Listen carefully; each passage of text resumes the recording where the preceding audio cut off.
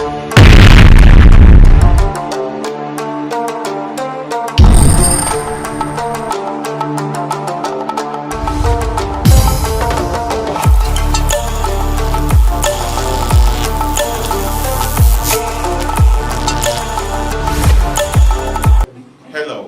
my name is Christian Joe, and today I would like to share a topic that says, why do African men cheat? Yes, African men, like I said, but the simple truth is, a lot of men cheat, be it Africa or not Africa, wherever it is, across the world, men cheat a lot. Yes, men cheat. And it's a simple truth. But why do men cheat? Especially African men. And that's why I want to share a little of my knowledge on that direction today. I was chatting with someone who was trying to express his opinion of why he thinks African men cheat. And what was his opinion? He said, in the olden days, the men had the opportunity of marrying many wives, which is true. Like in some of the places in the Niger Delta and co, the more wives you have, the more piece of land you get, so you can farm. So the bigger your concubine, the bigger your farm, which also at the long run ended up making most of those men lazy. They stay at home drinking ogogoro while their wives are in the farm farming, and then when it's harvest time, all his wives, they go and bring the harvest and put in the storehouse for him while he sits to play draft and what? Drink his ogogoro.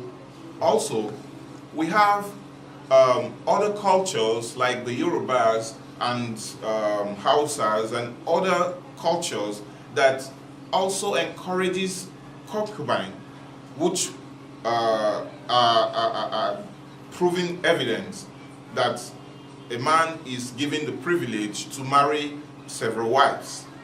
Now, well, that was yesterday. But why do men still cheat today? Now, what was his opinion again? He said his opinion in this direction was that since our fathers were privileged to live under those customs and rights, the gene of those kind of characters have been passed on to us. So that is why African men cheat. But is this true? Is this an accurate record of why men cheat?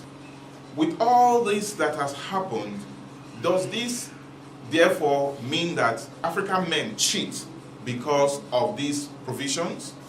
Because you can call, at a time, they were actual traditional rights that were given to the men in order to empower the man's what? Wealth.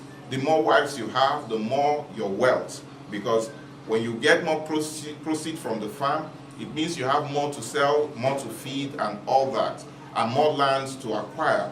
But does that mean that the traditional rights or whatever the custom or tradition that was given to men, that men had then, made men to be the way this person I shared this issue with said? Well, in my own opinion, I would like to take a look at the Bible. For example, in the Bible, we saw a situation where Abraham got married to Sarah. And after he got married to Sarah, he had issues with having children, and therefore Sarah herself recommended her maid, and which led to the birth of Ishmael. Now, we can see in that picture that Abraham became a husband of more than one wife. Now, when we go into the story of Jacob, you find that Jacob was also a man who loved one woman and went to pay a due that took him 7 years and was unfortunately given someone else. Then he had to serve another 7 years before he was now given Rachel. And then After he got married to those two and was now living with them as his wife and having children from them, he still was offered more women by his wives, which then made him a husband of several wives. Now, based on this, if we are to analyze that men cheat due to their great-grandfather being married to more than one wife, then that means we are linking everything back to the beginning of the scriptures. But I want to differ here. Why? Because I have my own opinion of why I think men cheat. Now, what's my opinion? The truth is this: there is no all women are not the same. No matter what you say or think, two women can never be the same. The simple truth is this: to my own opinion, I think the only thing women share in common is the word woman. A girl, a woman. That's all. When you begin to come into other factors of women, you will find out that every woman is a story. Every woman is a different story from another. They are never the same. And that is why they have different kind of mindset and attitude. That is another aspect. Now, as a man, when you look at a woman, you probably see only the sexuality of that woman. But that woman carries beyond her sexuality something that is greater that you can't see. And that is the reason why you see a man say, well, I like them busty, right? And then he gets married to a very busty lady, and yet he cheats with a lady that almost have nothing on her chest. So what's wrong with this man? Is his problem not having a busty woman? No. There's something in that woman that he is attracted to.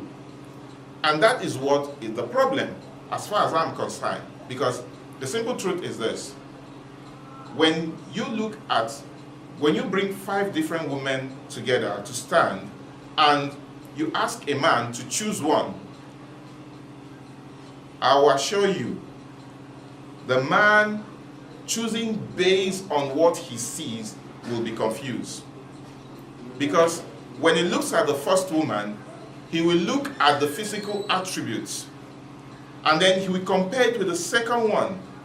And before he finishes analyzing the second woman, he's already confused if the first one is better than the second one, or the second one is better than the first one. Now, by the time he goes to the third one, the confusion increases. By the time he gets to the fourth one, the confusion is already crazy. By the time he gets to the fifth one, he's just looking for one that will meet his idea of what he used to think is what will give him comfort, and then he settles for that. But a woman goes beyond all those principles he has just applied. There is something about every woman. Every woman is unique. Every woman is special. And when you get to know who that woman truly is, and you truly know her and love her, no other woman will make up what you get from her. Again, there's a spiritual aspect of a woman. Every woman has a spirit. They have an aura that goes with them. So when you key into a woman's aura,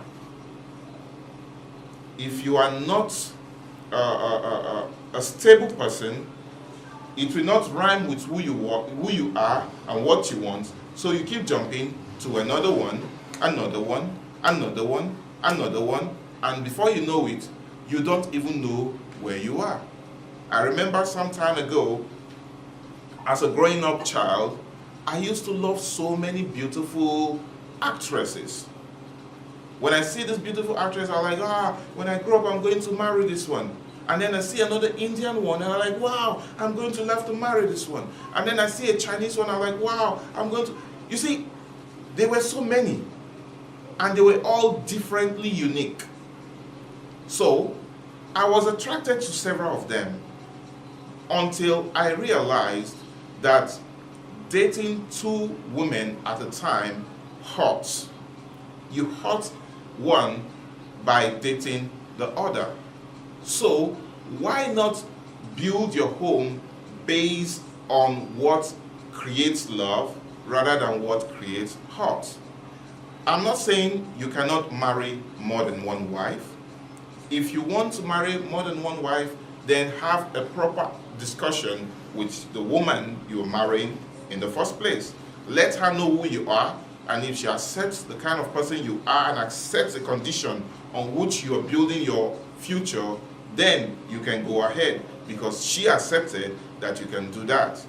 But when your decisions are based on satisfying your libido, and then you just keep, my grandfather, great-grandfather, well, I'm sorry. For me, now Miss Road be that, no forget say HIV is real. Thank you.